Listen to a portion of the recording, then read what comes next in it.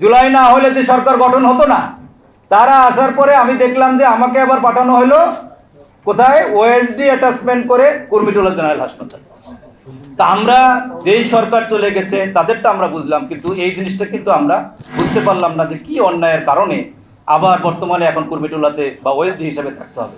সমস্ত routine operation বন্ধ করে দিয়ে ঢাকা মেডিকেল কলেজের যতগুলো অপারেশন থিয়েটার আছে সবগুলোতে শুধু এই জুলাই আহতদের চিকিৎসা করা হয়েছে।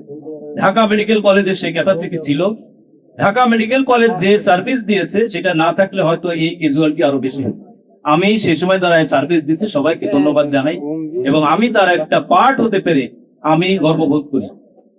সেই চিকিৎসার কথাটা আমি বেশি বলবো না।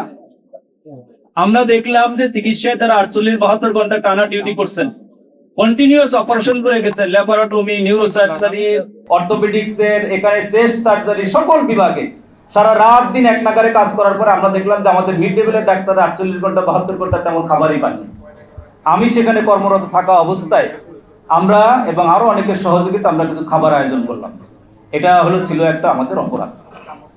এই ঘটনাটার পরে যখন মন্ত্রী, প্রতিমন্ত্রী এবং বিভিন্ন স্তরের স্বাস্থ্য কর্মকর্তারা ঢাকা মেডিকেলে আসলেন, তারা একটা মিটিং দিলেন, তারা রোগীদেরকে দেখলেন। আমরা ভাবলাম যে ওনারা হয়তো অ্যাপ্রিসিয়েট করবেন ঢাকা মেডিকেল কলেজ এত, কিন্তু দেখলাম যে তারা একটা প্রেসক্রাইব ওয়েতে যাইতে চাচ্ছেন।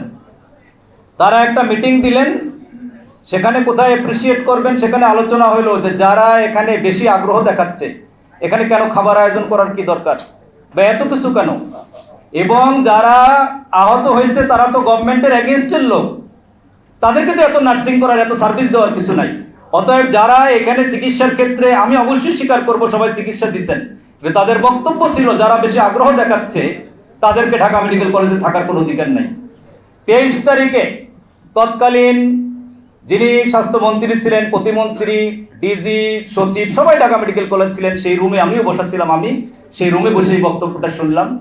25 তারিখে আমি তখন সমস্ত কিছু বন্ধ, ইন্টারনেট, আমি মেইল চেক করলাম, দেখলাম যে আমার নামে অর্ডার আসছে কোথায়, সুনামগঞ্জ মেডিকেল কলেজে।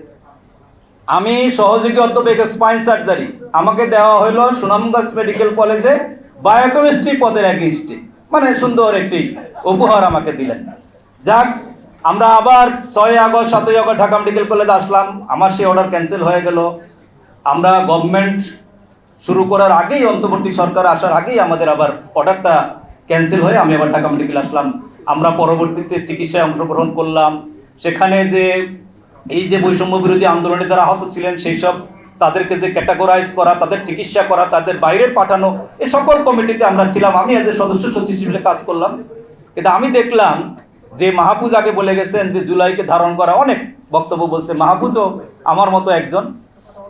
আজকে আমরা দেখলাম যে নতুন গভর্নমেন্ট আসলেন, আমাদের কি অপরাধ? আগের অপরাধ তো স্পষ্ট ছিল, আমরা চিকিৎসা দিছি, আমরা ডাক্তারদের, স্টাফদের জন্য খাওয়ার আয়োজন করছি, এটা অপরাধ। এ অপরাধ ছিল স্পষ্ট।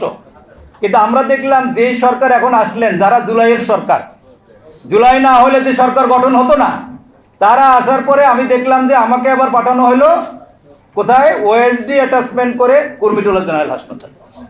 তা আমরা যেই সরকার চলে গেছে তাদেরটা আমরা বুঝলাম, কিন্তু এই জিনিসটা কিন্তু আমরা বুঝতে পারলাম না যে কি অন্যায়ের কারণে আবার বর্তমানে এখন কুর্মিটোলাতে বা ওএসডি হিসেবে থাকতে হবে। আজকে যারা জুলাই ধারণ করার কথা বলে আমরা ধারণ করি, কিন্তু সেটা কাগজপত্রে না, আমরা যেন এটা বুঝতে পারি